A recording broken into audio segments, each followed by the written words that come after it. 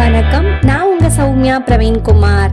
இன்னைக்கு என்னோட கிச்சன்ல நாம என்ன ரெசிபி பார்க்க போறோம்னா, நல்ல சுட சுட இட்லி தோசைக்கு ஒரு சூப்பரான கும்பகோணம் ஸ்டைல்ல கடப்பா ரெசிபி தான். இதை எப்படி பண்றதுன்னு பார்க்கலாம் வாங்க.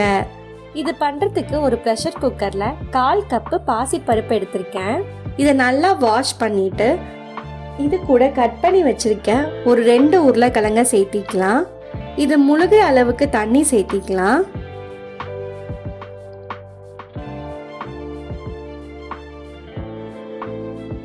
இதுக்கு தேவையான அளவு உப்பு சேர்த்திக்கலாம்.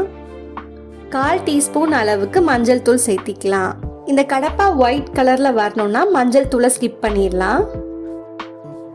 இப்ப எல்லாத்தையும் நல்லா கலந்து விட்டுக்கலாம்.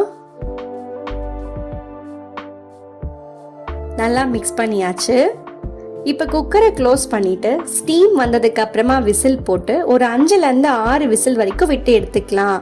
பாசி பருப்பை நல்லா கொலைய வேக வச்சு எடுத்துக்கலாம். இது வெந்ததுக்கு அப்புறமா நம்ம உருளைக்கிழங்க தனியா எடுத்து தோலை உரிச்சு கட் பண்ணி வச்சுக்கலாம். விசில் வந்துருச்சு.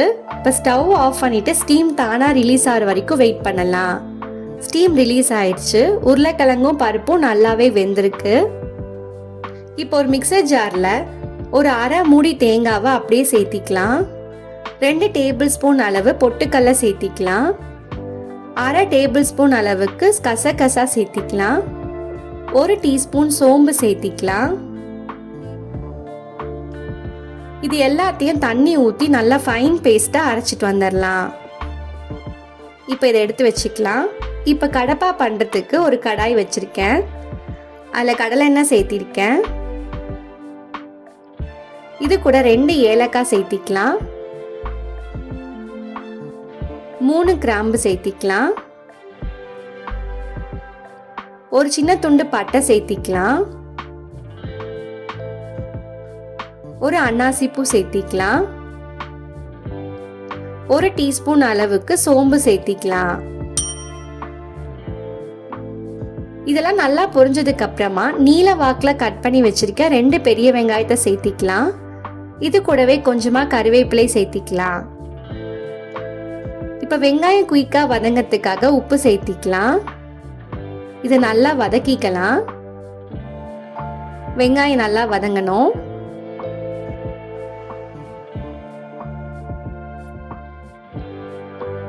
இப்போ காரத்துக்கு 6 பச்சை மிளகாவை உடைச்சு வச்சிருக்கேன். அதை சேர்த்திக்கலாம்.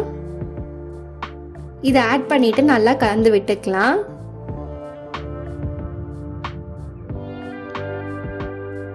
நல்லா வதங்கினதுக்கு அப்புறமா ஒரு தக்காளி சேர்த்திக்கலாம். வதக்கிக்கலாம். 1/2 டேபிள் ஸ்பூன் அளவுக்கு இஞ்சி பூண்டு விழுது சேர்த்திக்கலாம். 1/4 டீஸ்பூன் மஞ்சள் தூள் சேர்த்திக்கலாம்.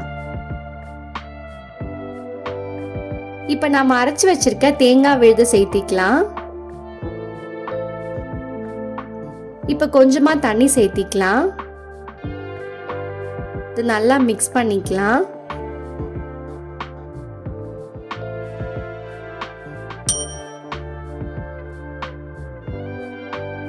இப்ப க்ளோஸ் பண்ணி நல்லா கொதிக்க விடலாம். பச்சை வாசனை போற வரைக்கும் வெயிட் பண்ணலாம்.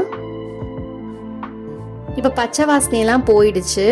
இந்த ஸ்டேஜ்ல நம்ம வேக வச்சு வச்சிருக்க பாசி பருப்பை சேர்த்திக்கலாம்.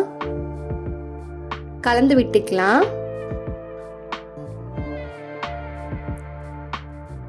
வேக வச்ச உருளைக்கிழங்க சேர்த்திட்டு நல்லா கலந்து விட்டு ஒரு 5 நிமிஷம் ஹை ஃப்ளேம்ல கொதிக்க விட்டு கொத்தமல்லி இலை தூவி இறக்குனா சூப்பரான கும்பகோணம் ஸ்டைல்ல ஒரு கடப்பா ரெசிபி தயார். கண்டிப்பா இட்லி தோசைக்கெல்லாம் ட்ரை பண்ணி பாருங்க. டேஸ்ட் சூப்பரா இருக்கும். இந்த மாதிரி சிம்பிளான குயிக்கான ரெசிபிஸை உங்களுக்கு பார்க்கணும்னா என்னோட சௌமியா இந்த கிச்சன் சேனலை சப்ஸ்கிரைப் பண்ணுங்க. தேங்க்யூ ஃபார் வாட்சிங் மை வீடியோ.